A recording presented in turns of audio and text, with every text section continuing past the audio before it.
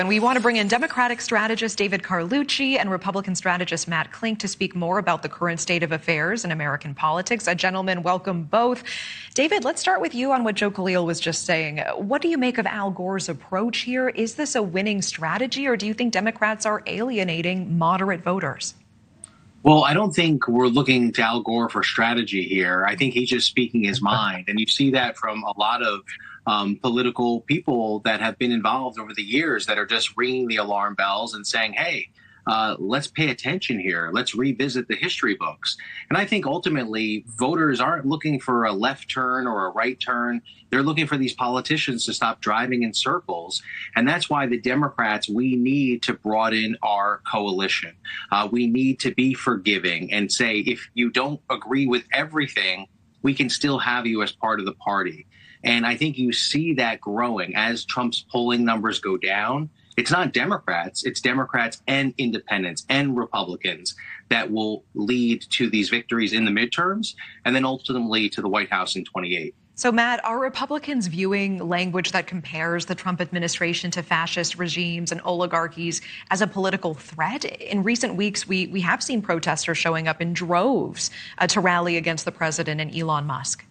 Yeah, Natasha, I always love it when losers like Al Gore try to make themselves politically relevant again.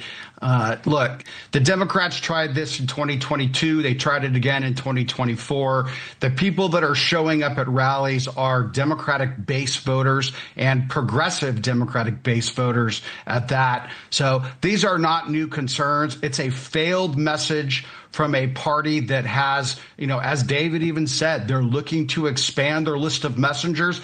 If they want to trot back out Hillary Clinton and Al Gore and an 85-year-old Democratic socialist Bernie Sanders and Alexandria Ocasio-Cortez, more power to them. Look, Trump is struggling right now. I'm the first to admit it. But what he needs to do is Congress needs to move forward on their reconciliation package because he hasn't passed the main plank of his economic platform. But I love it when you get Al Gore and others that are from times gone by out there talking about how Trump is allegedly a Adolf Hitler or a fascist. What a joke. Matt, let's stay with you because you just brought this up. I mean, President Trump's favorability among voters really appears to be dropping. We have this new Washington Post ABC Ipsos poll. 39% of Americans approve of how he's handling the presidency. 55% do not approve. I mean, is this concerning for Republicans? Absolutely, it should be. I mean, look, he still ranks higher than Joe Biden did when he left office, but voters are in a sour mood. And, for 3 months of Donald Trump is not going to turn the economy around this quickly. But voters are impatient. They want action now. And they want results immediately. And that's why, Trump can't do it all by himself. He needs Congress to move. And unfortunately, as David knows, because now the Republicans are burdened by what the Democrats were burdened with when they had power, Congress moves slowly by design, and the American public, they're not ready to wait. They want it now. You might have forgot about David, you have the floor.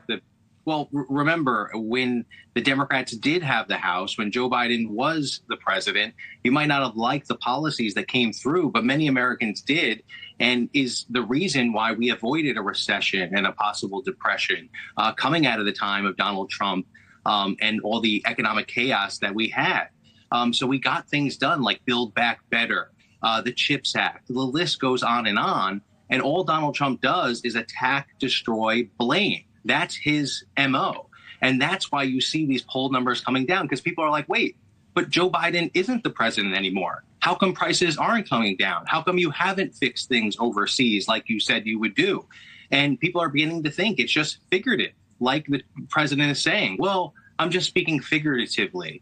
Well, what's real, what's not? And push comes to shove, you are the president, so results better come through. So I think that's why you see these numbers coming down. And I think you're going to see a bloodbath of Republicans losing in special elections and come the midterms. Yeah, Matt, I see you nodding there. What is your take? Well, recent history demonstrates that losing in special elections is not the case. It depends on where the elections are held, because the Republicans held 2 seats in Florida. All that being said is that, look, the American public, they have been in a sour mood for a long time. They became slightly more optimistic when Donald Trump took over the reins of government on January 20th. And he has his 100-day anniversary coming up, and they want progress to occur more quickly. And ultimately, the Republican Party's success will hinge 100% on Congress's ability to enact Donald Trump's reconciliation package and tax plan. And if they fail, the Republicans will bear the price. You know, David, we see California Governor Gavin Newsom speaking with our partners at the Hill, telling them this about the Democrats' devastating losses in 2024. He says, "We have not done a forensic of what went wrong, period, full stop." He goes on to say the Democratic Party is going through a period of uncertainty. He says, "I don't know what the party is. I'm still struggling with that." What do you make of his assessment?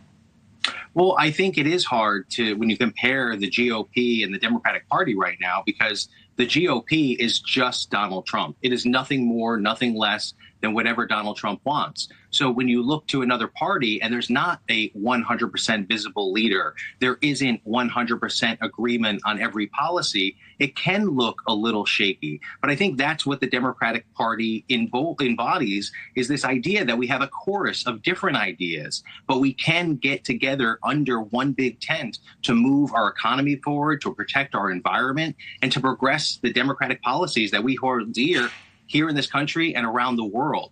So I think that's what Gavin Newsom is hinting at, is this idea that we have to make sure we are broadening the coalition, because like my friend said here tonight, it's that these Democrats are the ones coming and protesting. I would say that is not entirely true. I think there are people, you saw it in an early segment tonight on NewsNation, where a lady's talking about starting to think about some of these regrets of some of the actions that Donald Trump has taken, and people that are losing their jobs. They're coming over and saying, I might not be a Democrat, but I'm certainly not voting for these Republicans. All right, David Carlucci, Matt Klink, appreciate you both. Thank you. Thanks, Natasha.